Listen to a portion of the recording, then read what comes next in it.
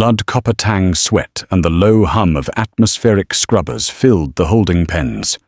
Arthur pressed his bruised knuckles against the cold plasteel grating. He wasn't a soldier anymore. He was livestock. Princess Isabella, heir to a dying empire, had decreed that only human genetics could stabilize her royal daughter's collapsing lineage. It was a death sentence disguised as a breeding program. But they underestimated one thing. Humans don't just survive, we conquer, even from the bottom of a cage. Rust flaked off the bulkhead, dusting Arthur's blistered palms with a fine, orange grit. He rubbed the powder between his thumb and forefinger, bringing it to his nose. It smelled like dried blood and neglected machinery. Around him, 30 other men sat slumped against the curved, unyielding walls of the containment cell. Nobody spoke. The air was too thick-heavy with the stench of unwashed bodies, fear and the sharp, ozone-scented exhaust of the orbital station's failing life support. Arthur swallowed hard, his throat clicking dryly. His tongue felt like sandpaper against the roof of his mouth. Fear wasn't a cold spike to the heart like the vids always portrayed. It was a slow, sickening churn in the gut, a heavy weight pulling the stomach down into the pelvis. Arthur leaned his head back against the freezing metal, feeling the subtle vibrations of the station's massive fusion drives resonating through his skull. He was tired. His bones ached from weeks of hard labor in the asteroid mines, his muscles trembling with a subtle involuntary spasm that he couldn't quite suppress. He tucked his hands under his armpits to hide the shaking. He didn't want the others to see. He didn't want to look weak, even though every man in the room was hollowed out, hollow-eyed, and broken. Footfalls echoed in the corridor outside. Heavy, rhythmic, synchronized. Arthur's pulse spiked. A man across the room, Wyatt, a former haulage pilot with a jagged scar running down his jaw, whimpered softly, pulling his knees to his chest. The heavy blast doors hissed, breaking the seal with a deafening screech of unlubricated pneumatics. Harsh, blinding white light flooded the dim cell, making Arthur wince and turn his head, his eyes watering instantly. Silhouettes stepped through the glare. Translation implants embedded deep in the auditory cortex of every human prisoner crackled to life with a burst of static. The implants were blunt force tech remapping alien syllables and concepts into the closest human cultural equivalents. That was why the towering, chitin-armored guard captain, stepping into the room, registered in Arthur's brain as General Cole. It was a jarring cognitive dissonance. Cole didn't look like a Cole. He looked like an upright, bipedal mantis, carved from obsidian, carrying a shock rifle that hummed with lethal potential. Following Cole was a figure that made the room's oxygen feel even thinner. The translator dubbed her Princess Isabella. She was tall, at least 7 feet, moving with a fluid liquid grace that seemed entirely alien, yet fundamentally predatory. Her skin was a pale, translucent blue, glowing faintly in the harsh light, revealing a complex network of darker blue veins beneath the surface. She wore garments of spun silver and dark, velvety fabric that absorbed the light. But it was her eyes that pinned Arthur to the bulkhead. They were entirely black, devoid of sclera or iris, reflecting the terrified faces of the men in the cell like twin polished mirrors. Arthur held his breath, the metallic taste of adrenaline flooding his tongue. He tried to project defiance, but his lower lip trembled. He bit it, tasting fresh copper. "Stand," General Cole ordered. The translated voice was a deep, synthesized rumble that vibrated in Arthur's chest cavity. Nobody moved fast enough. Cole gestured sharply. 3 subordinate guards, their armor clanking, stepped forward and fired short, localized bursts of electrical energy into the deck plating. The shock traveled through the metal, biting into Arthur's boots and shooting up his legs. It wasn't enough to kill, but it felt like 1,000 burning needles driving into his muscles. He gasped, stumbling to his feet, along with the rest of the men. Wyatt cried out, leaning heavily against the wall. Princess Isabella glided down the line of trembling men. She didn't walk. She drifted the air around her, smelling unnervingly of crushed lilac and sterile alcohol. It was a suffocatingly clean scent in the middle of a filth-ridden cage. She paused in front of a broad-shouldered man named Simon, tilting her head. She reached out a long, multi-jointed finger, dragging a sharp silver nail down Simon's cheek. Simon held his breath, his eyes squeezed shut, too heavily irradiated. Isabella's voice echoed in Arthur's mind. The translator gave her a crisp, aristocratic English accent, completely at odds with the clicking guttural noises actually leaving her lipless mouth. The cellular decay is already advanced, worthless for the gestation matrix. She moved on. Arthur's heart hammered a frantic rhythm against his ribs. He wanted to look away, but his eyes were locked on her. He was terrified, yes, but beneath the terror was a dark, cynical curiosity. What did a dying alien royal want with half-starved miners? She stopped in front of Arthur. The scent of lilac and alcohol washed over him, making his eyes water. Up close, her translucent skin was mesmerizing, hiding a violent biological machinery underneath. She stared down at him. Arthur forced himself to meet her abyssal eyes. He didn't puff out his chest. He didn't sneer. He just stood there, breathing shallowly, a slight tremor in his jaw. "This one," Isabella murmured, leaning in closer. Her breath was cold against Arthur's sweat-drenched forehead. Heart rate is elevated but stable. Adrenal response is robust. Musculature degraded but genetically sound. "He is a standard worker, drone, Your Highness." Cole rumbled, stepping up behind her. "We can source stronger specimens from the combat pits." "No," Isabella replied, her voice cold, dismissing the general without looking at him. Combat variants possess too much testosterone toxicity. It poisons the daughter's embryonic receptors. We need resilience, endurance, the capacity to suffer and adapt. She traced a line down Arthur's neck with her cold nail, sending a shiver of pure revulsion down his spine. "Humanity is a weed, General. You pull it, you burn it, you poison it, and it grows back through the concrete. That is what my daughters need. That relentless, disgusting will to exist."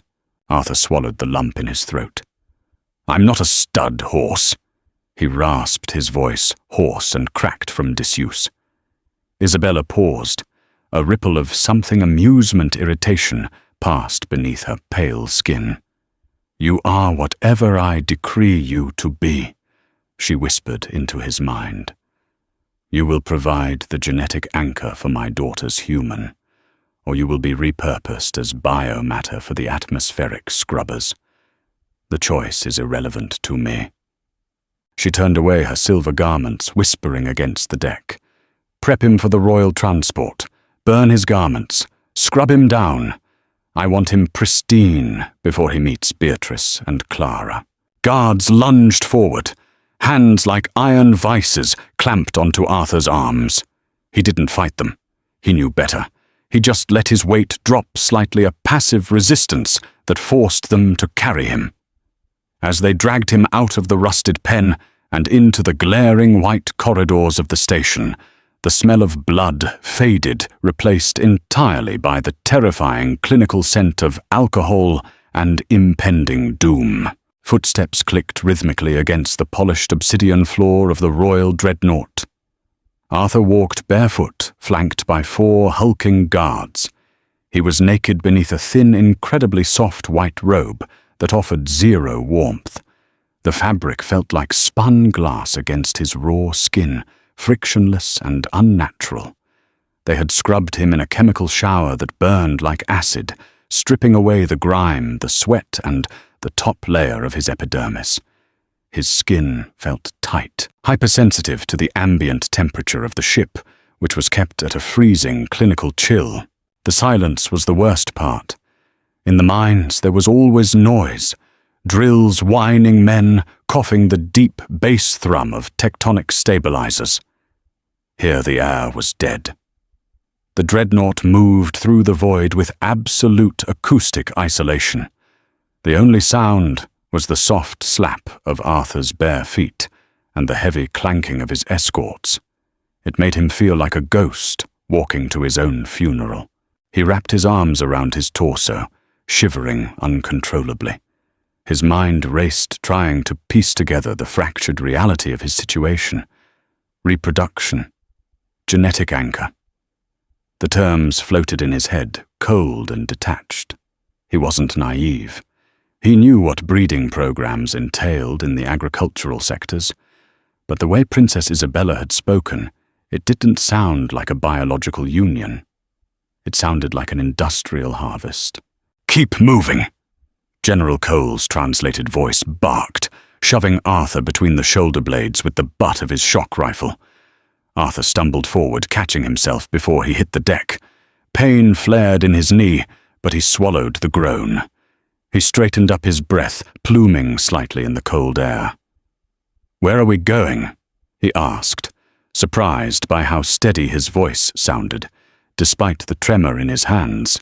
Cole didn't answer. They turned down a vast, vaulted corridor lined with towering, fluid-filled stasis tanks.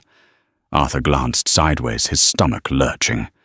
Inside the tanks floated massive, vaguely fetal shapes, their blue flesh pulsing rhythmically. Tubing snaked from their bodies into the ceiling. The smell here was different, sweet, cloying, like rotting fruit and formaldehyde. The gestation wing. Cole finally rumbled, noticing Arthur's horrified stare. The royal lineage is failing. Inbreeding. Genetic stagnation. The princesses cannot carry to term without a stabilizing mutagen. Your species' DNA is highly aggressive, highly adaptable. "So you're just going to milk me in a lab?" Arthur asked, a dark, cynical bark of a laugh escaping his lips. It was a defense mechanism, a way to build a wall against the rising panic. Cole stopped in front of a pair of massive gilded doors. Biological extraction is inefficient for royal hybridization. The integration must be visceral, hormonal. The daughters require a living anchor during the bridging phase. Arthur's dark amusement vanished, replaced by a cold, heavy dread. What does that mean? The gilded doors hissed open. The room beyond was an expansive, dimly lit chamber that looked less like a bedroom and more like a high-tech vivarium. The air was sweltering thick with humidity and the overpowering scent of those crushed lilacs. Vines of pulsing bioluminescent flora crawled up the curved walls, casting a sickly greenish glow over the massive circular dais in the center of the room. On the dais lounged two figures. The translator designated them as Princess Beatrice and Princess Clara. They were smaller than Isabella, but still easily a foot taller than Arthur. They lacked the regal, terrifying grace of their mother. Instead, they looked feral. Their pale blue skin was mottled with darker, bruised patches, and their black eyes were wide, darting erratically. They wore practically nothing, their bodies wrapped in thin, sheer webs of organic silk. As Arthur was pushed into the room, both princesses stopped moving. Their heads snapped toward him. A low, clicking hiss filled the hot air. It wasn't the translator. It was the sound of air passing over sharp, serrated teeth. Arthur stopped dead in his tracks. The hair on his arms stood on end. His primal instincts, honed by millions of years of human evolution, screamed at him to run, to fight, to pick up a rock and smash it into the nearest threat. But his higher brain, rational and terrified, knew there was nowhere to go. "Approach them," Cole ordered from the doorway, stepping back and allowing the heavy gilded doors to slide shut, locking Arthur inside. Arthur stood frozen. The humidity clung to his skin, making the sterile white robe stick to his back. He took a slow, deep breath, tasting spores and heat. Beatrice, the one on the left with a jagged scar running down her collarbone, rose to her feet. She didn't walk. She stalked toward him, her joints popping audibly with every step. Her chest heaved, taking in his scent. The translator buzzed softly in his ear, struggling to interpret the chaotic biological noises she was making, before finally outputting a localized phrase. "Warm," Beatrice hissed, her voice grating and raw. "So terribly warm." She reached out. Arthur flinched, closing his eyes, bracing for claws or a strike. Instead, he felt a shockingly cold, smooth palm press flat against his chest, right over his heart. He opened his eyes. She was staring down at him, her abyssal black eyes mere inches from his face. He could see the faint, pulsing veins beneath her translucent skin twitching in time with his own racing heartbeat. She wasn't looking at him with lust. She was looking at him the way a starving person looks at a piece of bread. It was terrifyingly pathetic, stripping away the illusion of their terrifying alien superiority. They weren't gods. They were sick, dying animals relying on a prisoner to survive. Clara slid off the dais, crawling across the floor with an unnerving, multi-limbed fluidity until she was kneeling at Arthur's side. She pressed her face against his thigh, breathing in deeply, a vibrating purr rattling in her throat. "Anchor," Clara whispered the word, localized perfectly in his mind. Arthur looked down at the two terrifying, desperate creatures clinging to him. The revulsion warred with a strange, dark sense of power. He was a prisoner, stripped of his clothes, his dignity, and his freedom.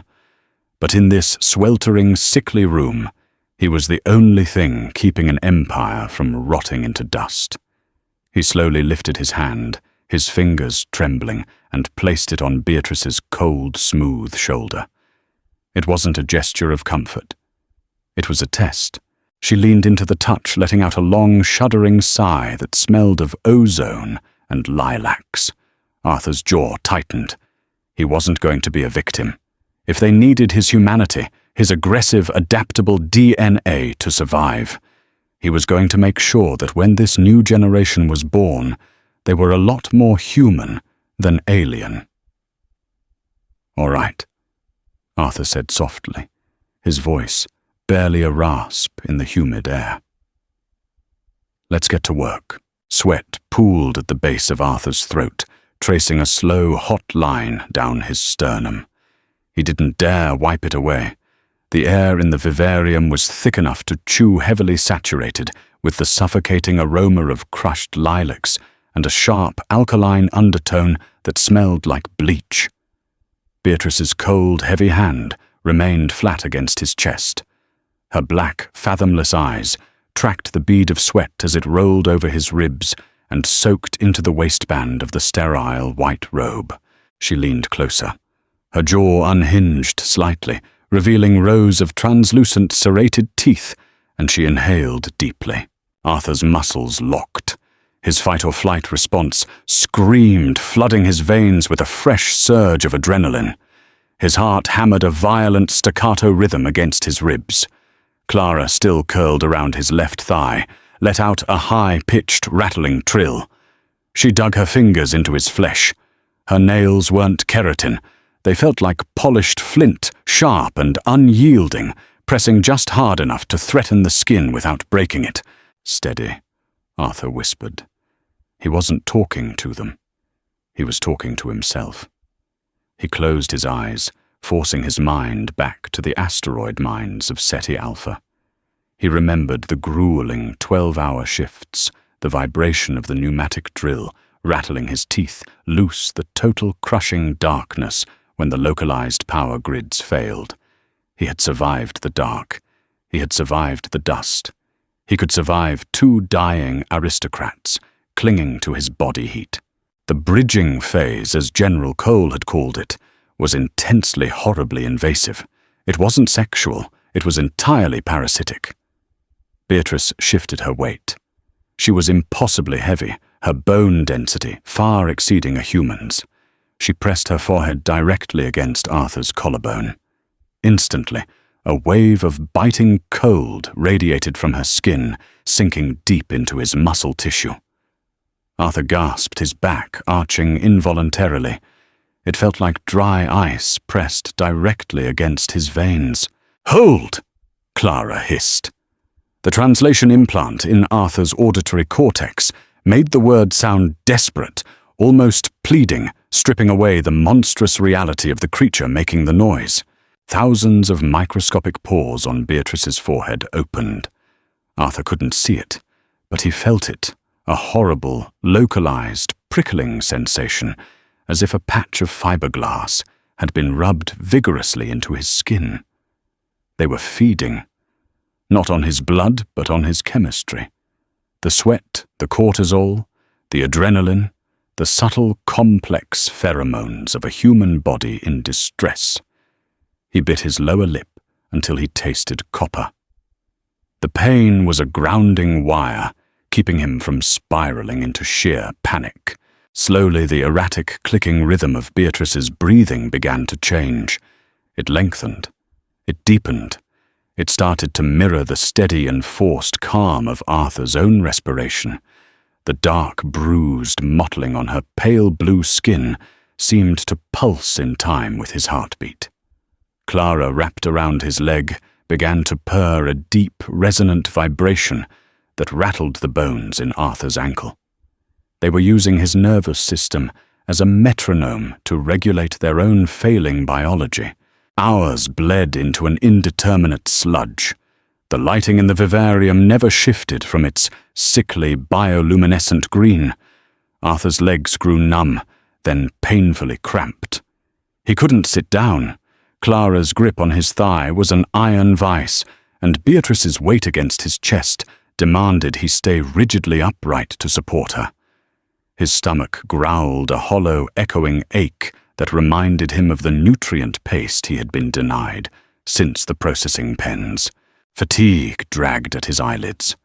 Every time his chin dropped, every time his focus wavered, and his heart rate dipped into sleep mode, one of the princesses would tense. Clara would dig her flint nails deeper. Beatrice would let out a sharp, warning hiss. They needed his autonomic nervous system engaged. They needed the engine running hot. He was a human battery, and they were draining him dry. Anger, slow and hot, began to coil in his gut. It was a familiar friend. Anger had kept him alive when the mining corps cut their rations. Anger had kept him swinging the pickaxe when his knuckles bled through his gloves. He looked down at the top of Beatrice's hairless, translucent head. He could see the dark blue fluid pulsing through the thick vessels beneath her scalp. "You think you own me?" Arthur thought his jaw clenching tight. He deliberately shifted his weight, driving his knee forward just an inch. Clara hissed, her grip slipping slightly. Arthur didn't back down. He pushed his chest out, forcing Beatrice to adjust her footing or fall backward. She looked up, her black eyes wide, with a sudden alien confusion. "I need to sit." Arthur rasped his voice, sounding like two stones grinding together. Beatrice stared at him. The translator buzzed. "Anchor must stand. Anchor is going to collapse."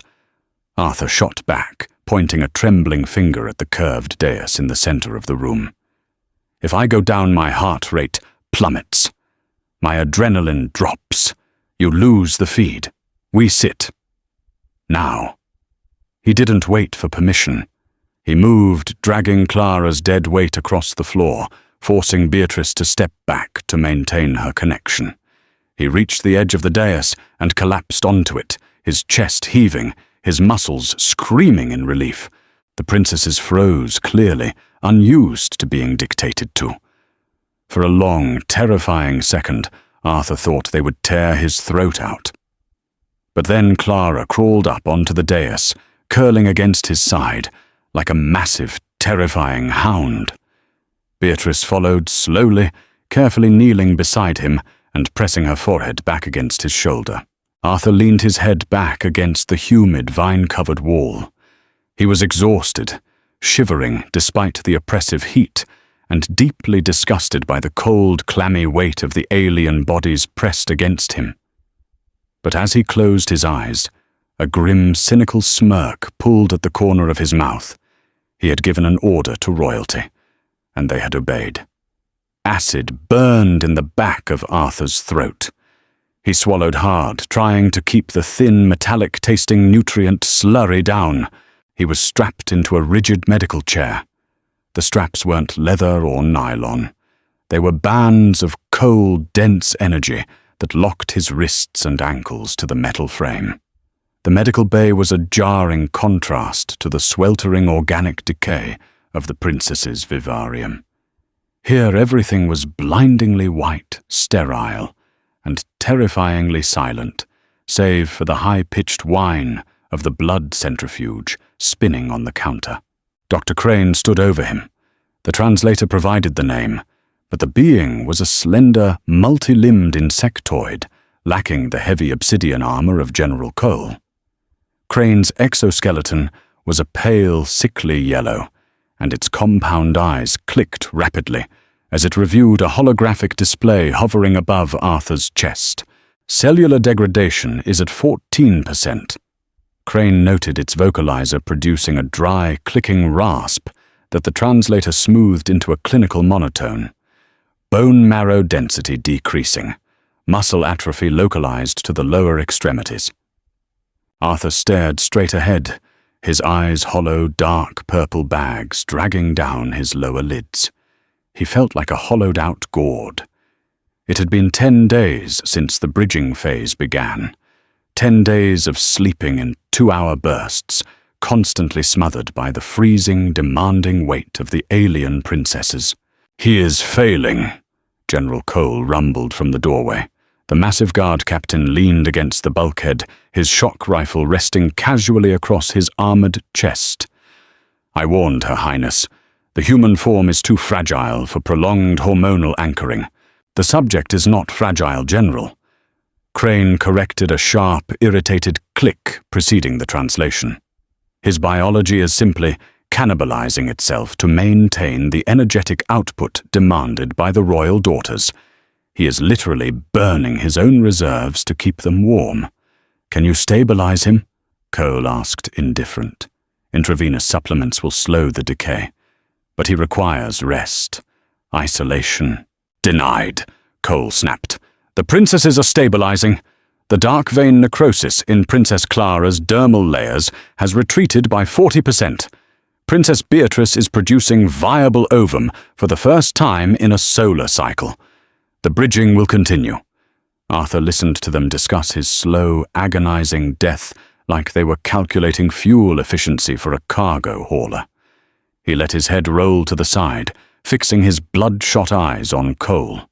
"You're going to kill me," Arthur said. His voice was quiet, lacking the heat of anger. It was just a statement of fact. "That is the accepted outcome, human," Cole replied, crossing his heavy arms. "Your sacrifice will ensure the continuation of the bloodline. You should feel honored." "I don't," Arthur spat the word laced with venom. He pulled against the energy restraints, the bands biting into his raw wrists. "But here's the thing, Cole. You kill me too fast, your princesses go right back into withdrawal. You've seen them. They're addicted to my chemistry." Cole stepped forward, his massive shadow falling over the medical chair. "Do not overestimate your value, livestock. You are a patch on a leaking hull. Nothing more." "Then let the hull sink." Arthur challenged, a manic, dangerous light flickering in his exhausted eyes. He leaned forward as much as the restraints allowed. "I can control my heart rate, General. I spent 3 years meditating in solitary confinement in the penal colonies before the mines. I can drop my pulse to 40 beats a minute. I can flatline my adrenaline. You put me back in that room without real food, without decent sleep, and I will shut my body down. I'll starve them of everything they need, right in the middle of their precious bridging." Silence fell over the medical bay. Dr. Crane stopped tapping at the holographic display, its compound eyes fixing on Arthur. Cole didn't move, but the heavy plates of his armor shifted slightly as his breathing hitched. They didn't know if he was bluffing. Arthur wasn't entirely sure himself. But he knew humanity's greatest weapon wasn't strength. It was the sheer, spiteful willingness to destroy everything, including oneself, just to spite the enemy. "What are your parameters?" Crane asked softly, bypassing the general entirely. Arthur slumped back into the chair, the energy bands humming against his skin. "I want real food, meat, vegetables, not this metallic sludge. I want a thermal blanket in that vivarium, and I want 4 hours of uninterrupted sleep every cycle. You take them off me for 4 hours or I turn the tap off entirely." Cole let out a guttural hiss. "Insolence! I should remove your tongue." "Cut it out," Arthur shot back, baring his teeth. "See if Beatrice likes the taste of copper in her feed." Crane raised a slender yellow limb, silencing the general. "The demands are biologically sound. Rest and proper caloric intake will extend his utility by several months. I will authorize the dietary changes, and I will administer a mild sedative to the princesses to enforce the separation cycle." The energy bands snapped off. Arthur rubbed his wrists, wincing at the red raw lines left behind. He swung his legs over the side of the chair, his bare feet hitting the freezing deck. His knees buckled slightly, but he caught himself refusing to show weakness in front of the massive guard captain. 2 hours later, Arthur was escorted back to the heavy gilded doors of the vivarium. He was wearing a slightly thicker grey tunic, and his stomach was warm with the heavy, dense proteins of a synthetic meat ration. The doors hissed open. The sweltering heat hit him like a physical blow. But as he stepped onto the polished obsidian floor, he noticed something different. Beatrice and Clara weren't lounging on the dais in a feral tangle of limbs. They were sitting upright. As Arthur approached, Beatrice watched him with an intense, unblinking focus. Her posture was straighter. The erratic, nervous twitching in her shoulders was gone. When she looked at him, the terrifying, abyssal emptiness of her black eyes seemed entirely focused. She wasn't looking at him like food anymore. She was studying him. Clara shifted, rising to her feet. She didn't crawl. She stood tall, mimicking the heavy, exhausted slouch of Arthur's shoulders. They were adapting. The bridging wasn't just physical anymore. His aggressive, resilient, spiteful human DNA was rewriting their neural pathways. Arthur sat heavily on the edge of the dais, pulling the thermal blanket tightly around his shoulders. Beatrice immediately moved to his side, but she didn't throw her heavy weight against his chest. She sat beside him, carefully pressing only the back of her cold hand against his arm.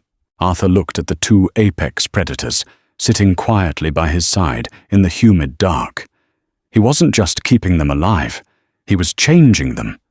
And he realized with a cold, terrifying clarity that whatever came out of this gestation wouldn't just be alien royalty. It would be part him. Synthetic protein always tasted like burnt hair and salt. Arthur chewed the dense grey block slowly, letting the mechanical motion grind down his molars. He sat cross-legged on the edge of the circular dais, the grey thermal blanket draped heavily over his shoulders. The vivarium remained suffocatingly hot, but the 4 hours of enforced separation had done something miraculous to the air quality. The overpowering, sickly sweet stench of crushed lilacs had thinned. In its place hung the familiar sharp odor of his own unwashed sweat and the faint ozone tang of the atmospheric scrubbers working overtime. He swallowed the dry lump of protein, washing it down with a lukewarm pouch of filtered water. A shadow shifted in the periphery of his vision. Arthur didn't flinch. He just turned his head, his neck popping softly in the humid silence. Princess Beatrice sat 5 feet away, her long, multi-jointed legs tucked beneath her in a clumsy, rigid imitation of Arthur's cross-legged posture. Her abyssal black eyes were locked onto his jaw.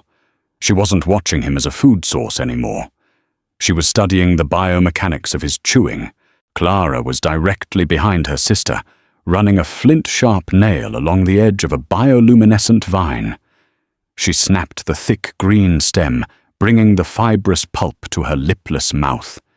She mimicked the chewing motion Arthur had just made, grinding her serrated teeth together.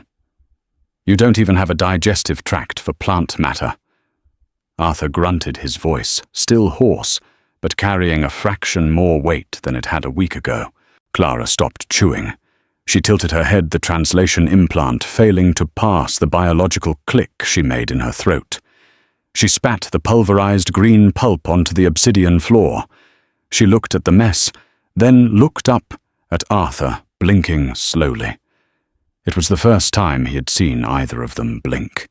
It was a deeply unnerving, intensely human gesture mapped onto an alien face. The bridging phase had changed. They no longer required constant, suffocating physical contact. Dr. Crane's assessment was accurate. Arthur's biology was acting as a template, a stabilizing framework for their collapsing genetics. But it wasn't just his DNA taking root. It was his demeanor. The aggression of the human genome wasn't purely physical. It was psychological. It was the stubborn, hard-headed refusal to break.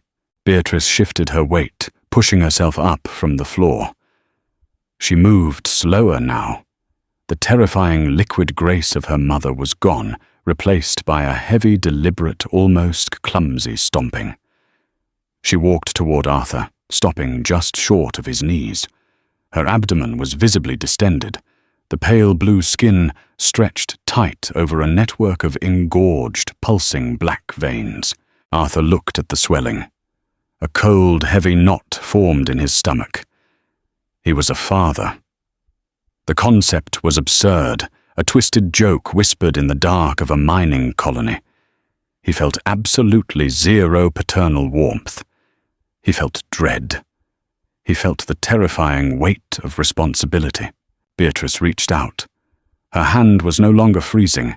It was cool, like a stone left in the shade, but the dry ice bite was gone.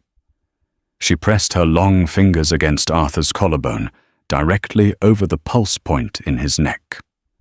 "Heart," she rasped. Arthur froze.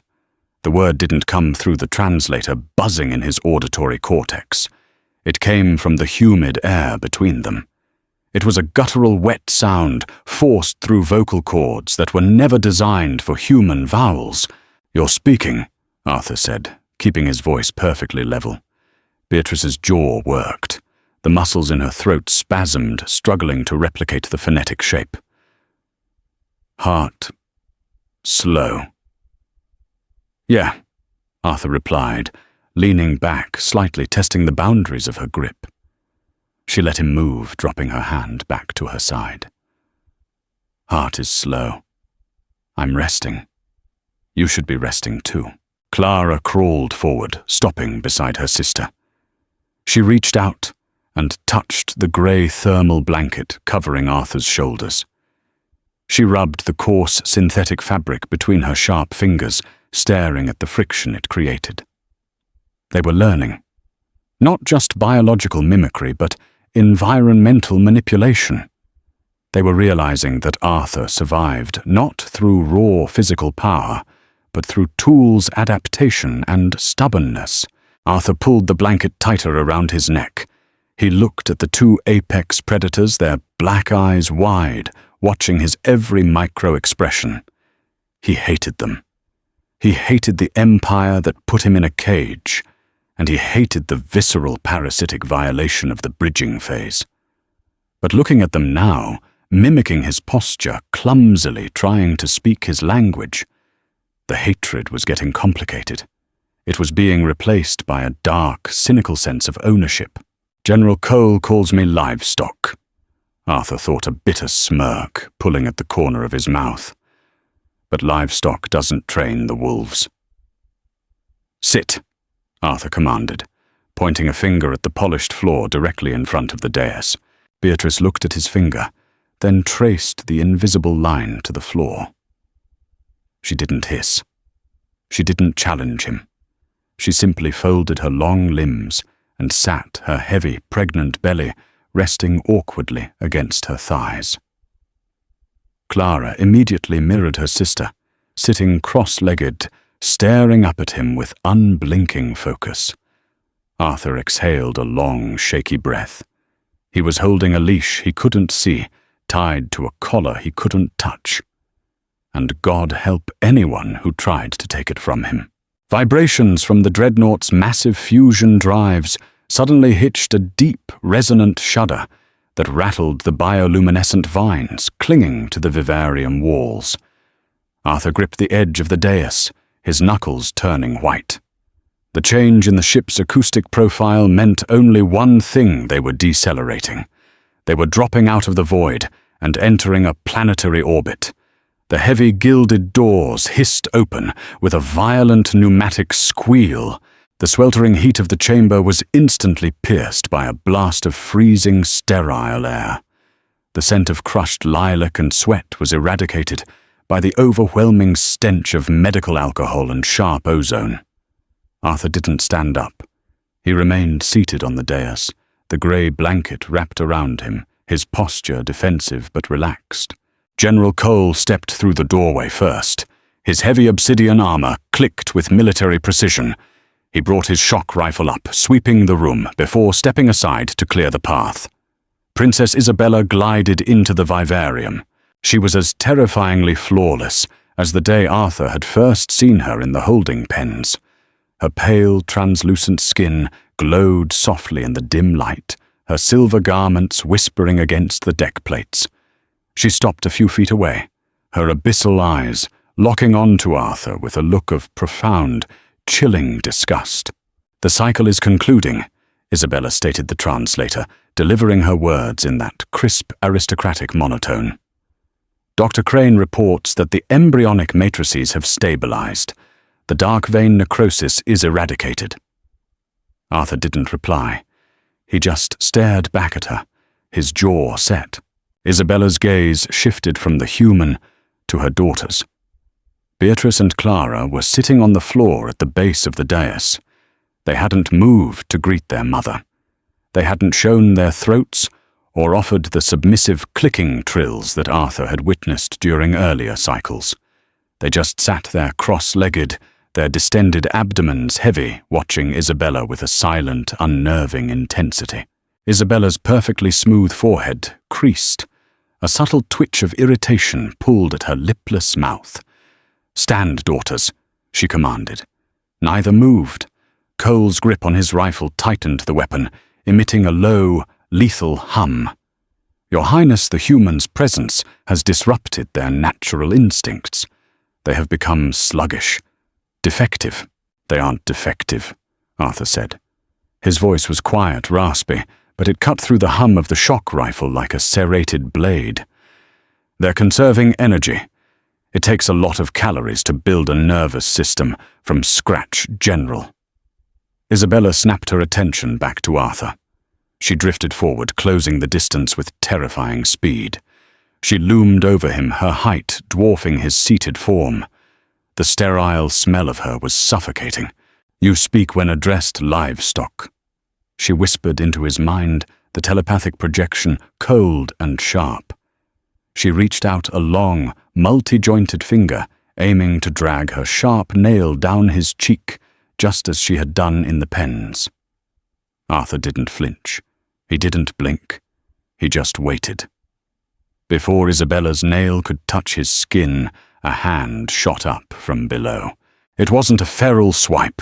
It was a calculated, precise block. Beatrice's hand clamped around her mother's wrist. The sound of their skin colliding was a sharp, dense smack. Silence slammed into the room. Isabella froze, her black eyes widening in absolute shock. General Cole raised his rifle, aiming it squarely at Beatrice's chest. Clara shifted her posture, changing from relaxed to a coiled spring, placing herself between Cole's line of fire and Arthur's legs. Beatrice didn't look at her mother. She kept her eyes fixed on the floor, but her grip on Isabella's wrist was absolute. She wasn't squeezing hard enough to break the bone, but she was holding the terrifying matriarch in a physical deadlock. "Release me!" Isabella hissed the translator, vibrating with raw, unfiltered fury. Beatrice slowly turned her head, looking up at her mother. Her jaw worked, the muscles in her throat spasming as she forced air through vocal cords that had been reshaped by weeks of human genetic bridging. "No!" Beatrice rasped. The word didn't need the translator. It was purely horrifically human. Isabella jerked her arm back, breaking the grip. She stumbled back a half-step, her regal composure completely shattered. She looked at her wrist, then at her daughter's, and finally at Arthur. The disgust in her eyes had been replaced by something much deeper. Fear. "What have you done to them?" Isabella breathed, the telepathic voice trembling. Arthur slowly pushed himself up from the dais. His joints popped, his muscles aching, but he stood tall, letting the grey blanket fall from his shoulders. He looked down at Beatrice and Clara, who remained in their defensive postures, acting as a living shield between him and the guns. "I gave them exactly what you asked for, Your Highness," Arthur said, his voice hard, devoid of any warmth. "You wanted resilience. You wanted endurance. You wanted the capacity to suffer and adapt." He took a slow step forward, forcing Isabella to tilt her head up slightly to maintain eye contact. "You asked for a weed. Well, congratulations. The concrete is cracking." Gravity shifted, dragging at the fluid in Arthur's inner ear and pulling a sickening wave of nausea up his throat. The dreadnought was entering atmospheric descent, the deep rumble of its engines vibrating through the obsidian floor plates. But inside the vivarium the air was entirely dead. Nobody moved. General Cole's shock rifle hummed a high, lethal pitch, the weapon trembling slightly in the massive guard captain's grip. Princess Isabella stared at the hand locked around her wrist. Her translucent skin, usually a flawless glowing blue, had paled to a sickly milky white.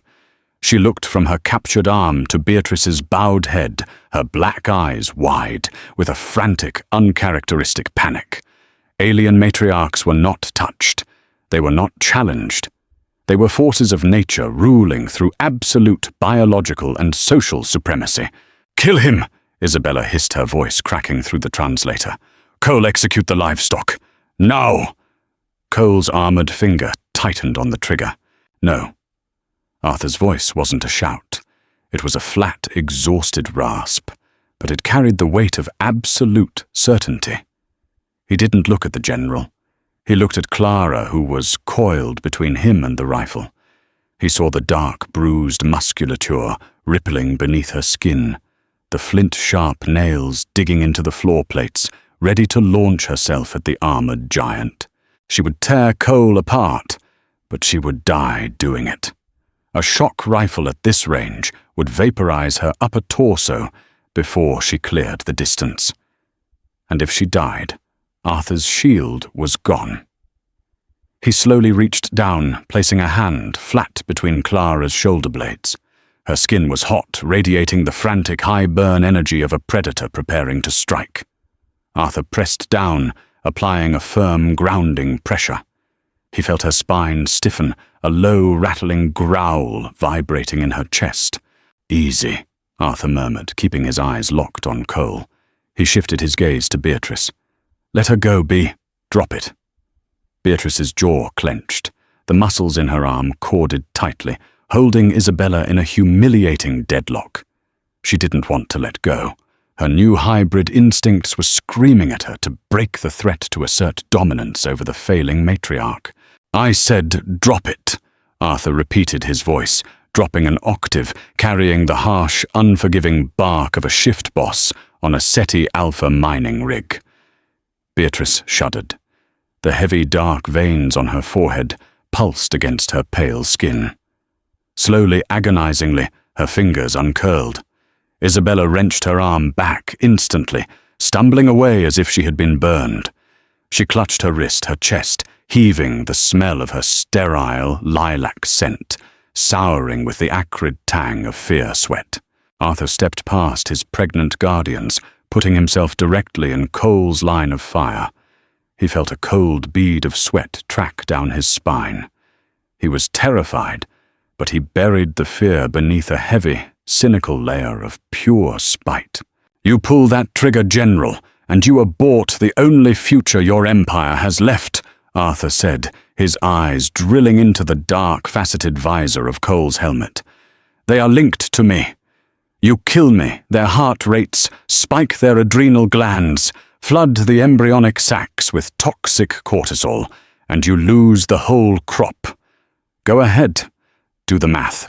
Cole's mandibles clicked rapidly behind his faceplate. He looked at Isabella. The princess was trembling, staring at her daughters as if they were monsters crawling out of the abyss. She didn't give the order. She simply turned her silver garments, dragging heavily against the floor, and swept out of the room. Cole lowered the rifle, lingering for a fraction of a second, before backing out and letting the gilded doors hiss shut. Arthur collapsed back onto the dais, his knees buckling. His hands shook violently. The adrenaline crash hit him like a physical blow, blurring his vision and filling his mouth with the taste of copper and bile. Beatrice and Clara immediately crawled up beside him. They didn't smother him with their freezing weight anymore. Instead, Beatrice pressed her shoulder against his arm, acting as a structural support, while Clara rested her head on his knee. They were breathing heavily, their alien bodies burning through calories to process the massive dump of combat hormones. The dreadnought shuddered violently, the hum of the fusion drives pitching down into a deep, groaning roar. The atmospheric entry was rough. The heat inside the vivarium spiked the bioluminescent vines, flickering wildly as power was diverted to the hull shields. "Capital." Beatrice rasped her unblinking black eyes, watching the heavy doors. The word was clumsy, thick but intelligible. Arthur leaned his head back against the humid wall. He closed his eyes, listening to the groaning metal of the descending ship. "Yeah," he muttered. "We're here." When the ship finally touched down, the impact rattled Arthur's teeth.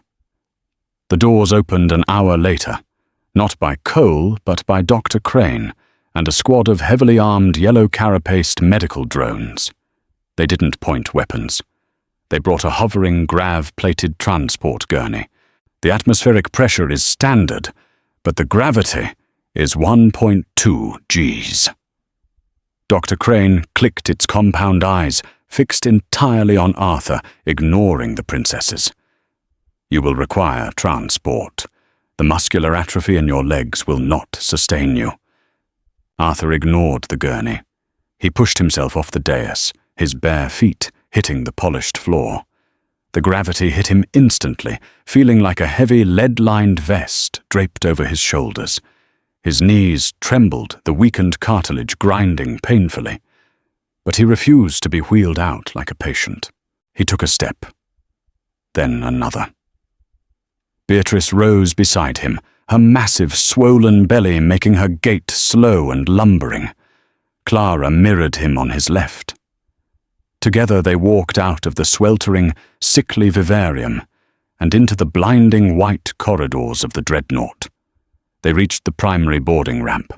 The massive outer airlock ground open, letting in a blast of warm, dry air that smelled like oxidized copper and crushed stone.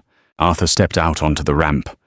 Below them stretched an immense, sprawling metropolis, carved entirely out of dark volcanic rock.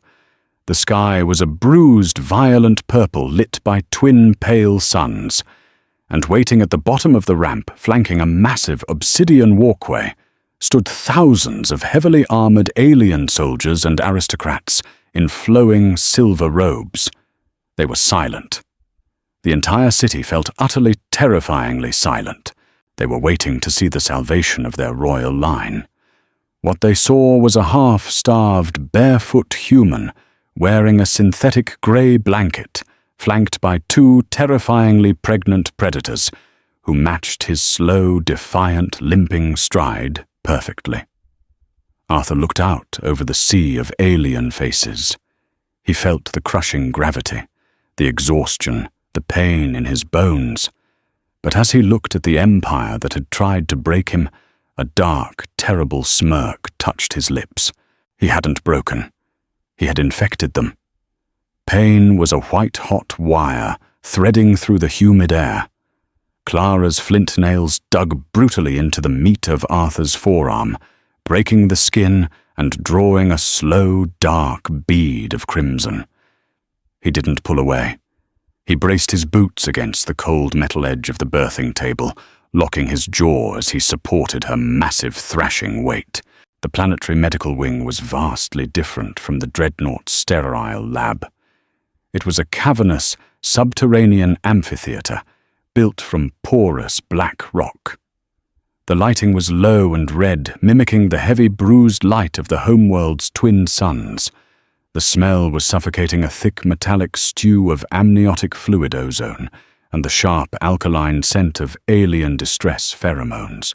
Heart rate is spiking to 200 beats. Dr. Crane clicked rapidly, its yellow multi-limbed form hovering over the biometric displays. The embryonic sac is calcifying prematurely. She lacks the internal lubrication to pass the matrix. Do something about it, damn it. Arthur barked, his voice raw and ragged. He was drenched in sweat, his grey tunic clinging to his ribs. They had been in the amphitheater for 14 hours. Beatrice was in a separate holding cell, her own labour stalled, waiting in a catatonic state until Arthur could return to her side. They refused to process without their anchor. If Arthur stepped more than 3 feet away, Clara's vital signs plummeted into shock. Princess Isabella observed from an elevated balcony above the medical floor, her face a rigid, emotionless mask. She hadn't spoken a word since the incident on the ship. Clara let out a terrifying, high-pitched shriek. It wasn't the clicking hiss of her species. It was a visceral mammalian scream of pure agony. Her back arched, her translucent blue skin stretching impossibly tight over the engorged veins of her abdomen. The human DNA, Dr. Crane, observed its vocalizer perfectly calm despite the chaos. It has thickened the amniotic casing. It is mimicking a placental barrier. The offspring cannot claw its way out. It must be expelled. Then cut her open, Arthur yelled, fighting to keep Clara's thrashing limbs from crushing him against the table. Surgical intervention carries a 90% mortality rate for the mother, Crane replied smoothly. The edict prioritizes the offspring. A cold, homicidal fury spiked in Arthur's chest. He looked at the alien doctor, his eyes dark and wide with exhaustion. Cut her open, Arthur repeated, his voice dropping into a deadly quiet register. If she dies, Beatrice's sympathetic nervous system crashes, and you lose the other one too. Cut.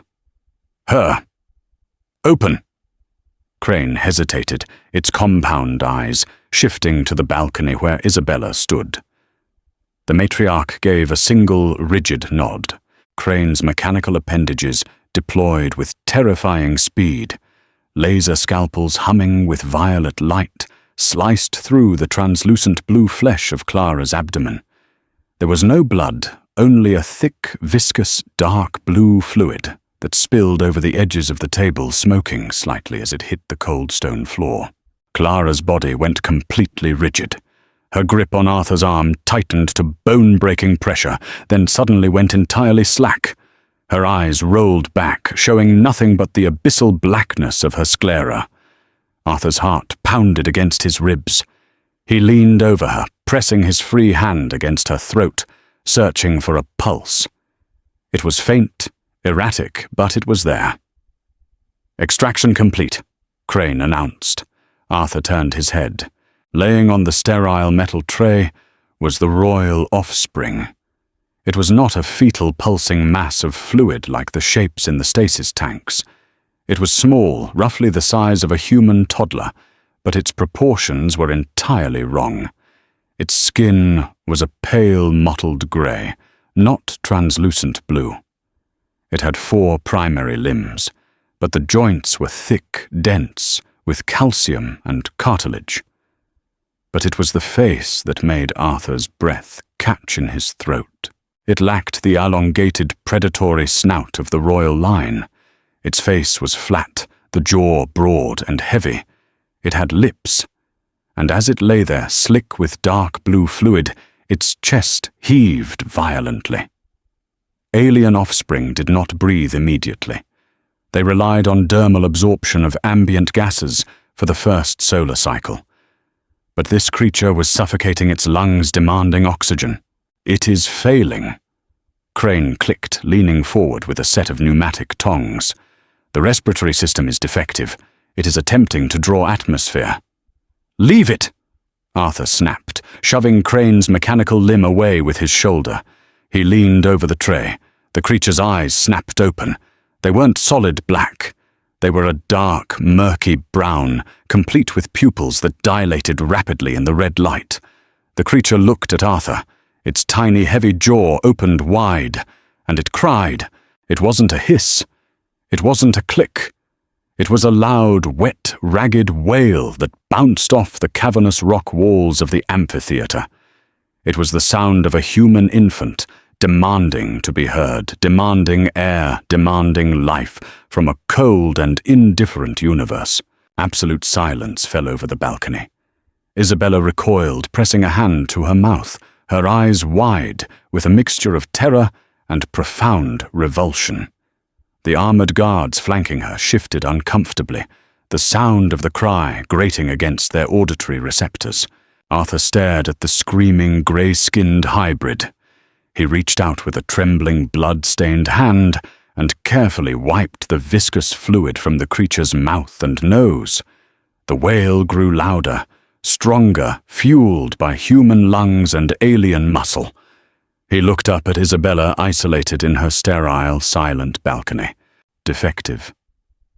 Arthur mocked his voice, barely a whisper, yet carrying perfectly through the quiet room. A slow, dark smile spread across his exhausted face, showing teeth. "She isn't defective, Your Highness. She's just loud." Arthur picked up the screaming child, cradling the heavy, thrashing weight against his chest. He didn't feel love. He felt an intense, overwhelming sense of victory. He had been brought here to save an empire. Instead, he had replaced it. Humanity didn't just survive in a cage. They tore the bars down and built a throne out of the scrap.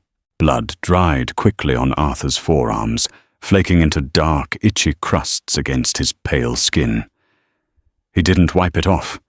He kept the squalling, grey-skinned infant pressed tight against his chest, feeling the frantic, rapid-fire thumping of its tiny heart against his own bruised ribs. The child was impossibly heavy dense, with the terrifying bone structure of its alien mothers, but its lungs were pure, unadulterated Ceti Alpha minor. It simply refused to stop screaming. The smell of ozone and copper was thick enough to gag on, settling deep in the back of Arthur's throat as he marched toward Beatrice's holding cell. Every wail bounced off the volcanic rock corridors. Dr. Crane trailed behind him, a yellow, multi-limbed ghost, gliding over the black stone, while General Cole and his obsidian-armored guards flanked them at a wide, highly nervous distance. They didn't know what to do with the noise.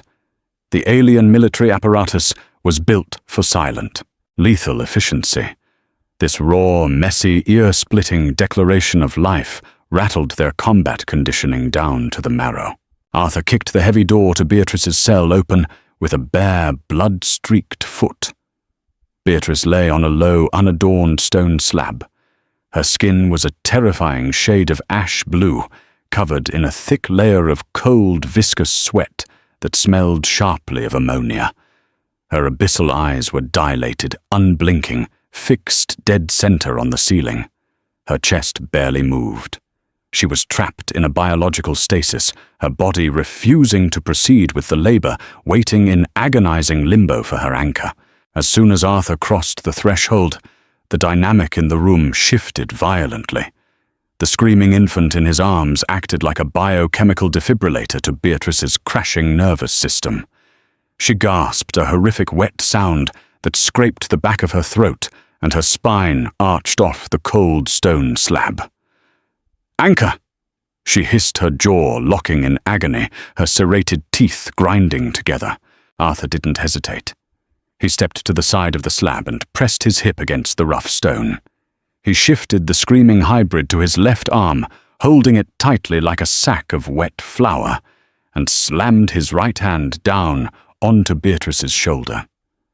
The dry ice cold of her skin bit into his palm, but he leaned into it. "I'm here, Bea." Arthur grunted, his voice dropping into a harsh, unforgiving rasp. "Stop holding it back. Push." She didn't fully comprehend the phonetic meaning of the word, but she understood the tone. The bridging phase had wired his human aggression directly into her failing alien instincts. Beatrice gripped Arthur's wrist with a force that made his radius bone creak audibly in the quiet room. The dark veins webbing across her distended abdomen pulsed frantically, turning almost pitch black in the dim, bruised red light. Unlike Clara, Beatrice didn't need the laser scalpel. The presence of the screaming child, the loud, undeniable, tangible proof of survival, flooded her system with a brutal, mammalian surge of adrenaline. She let out a guttural, terrifying roar that completely drowned out the infant's cries.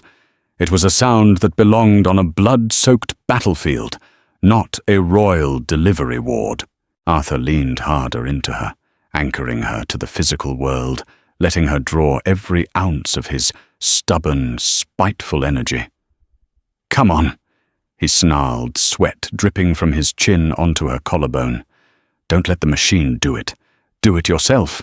Dr. Crane hovered at the foot of the slab, its mechanical limbs twitching nervously, unsure if it was permitted to intervene. It didn't get the chance. With a final agonizing crunch of shifting cartilage and tearing organic silk, Beatrice expelled the matrix entirely on her own. The second child slid onto the stone slab. It was slightly larger than the first, its skin a darker, bruised violet rather than flat grey. But it shared the exact same heavy, blunt jaw, the same dense, calcium-thick limbs. It lay still for a terrifying, agonizing 3 seconds. Arthur felt his heart stop in his chest. Then it coughed.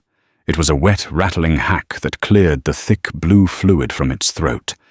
It opened its eyes, solid, murky brown, reflecting the red ambient light, and let out a sharp, angry bark. It wasn't a sustained, breathless wail like its sister, but a choppy, furious demand for immediate attention. Arthur let out a breath he didn't realize he was holding. His legs shook violently, the massive adrenaline crash finally starting to crack his physical composure. He looked down at Beatrice. Alien matriarchs did not bond. They deposited their superior genetics into the royal stasis tanks and let the automated chemical baths handle the rearing. But Beatrice didn't look away from the violet-skinned infant shivering on the cold stone. Her chest heaved. Slowly, with a trembling, utterly exhausted hand, she reached down and dragged the heavy, thrashing child up onto her chest. She wrapped her long, multi-jointed arms around it, pulling it tight against her cooling skin. She didn't look at Dr. Crane. She didn't look at the door. She looked up at Arthur, her black eyes wide and feral. "Mine!" Beatrice rasped, the translated word vibrating with lethal possessiveness.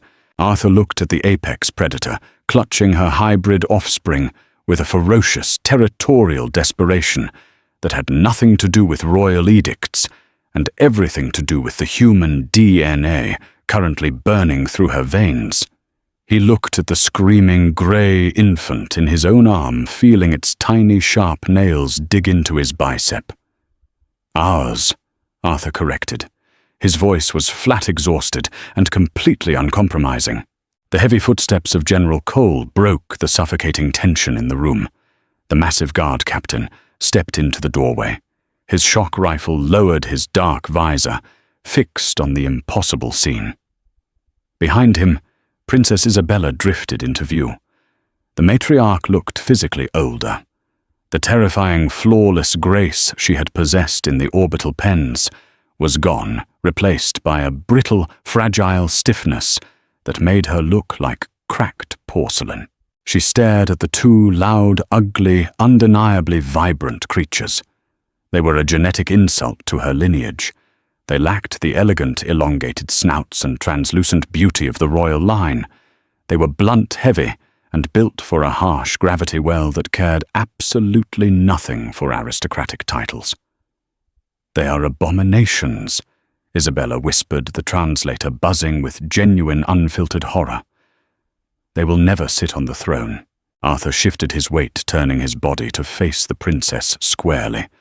He didn't lower his gaze. He didn't flinch. He let the grey infant continue to wail against his chest, the sound acting as a continuous mocking soundtrack to Isabella's shattered reality.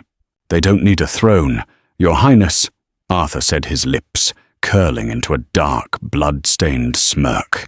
"They have teeth, they have gravity, and they have 100 million years of human evolution, telling them that this entire planet belongs to whatever is stubborn enough to take it."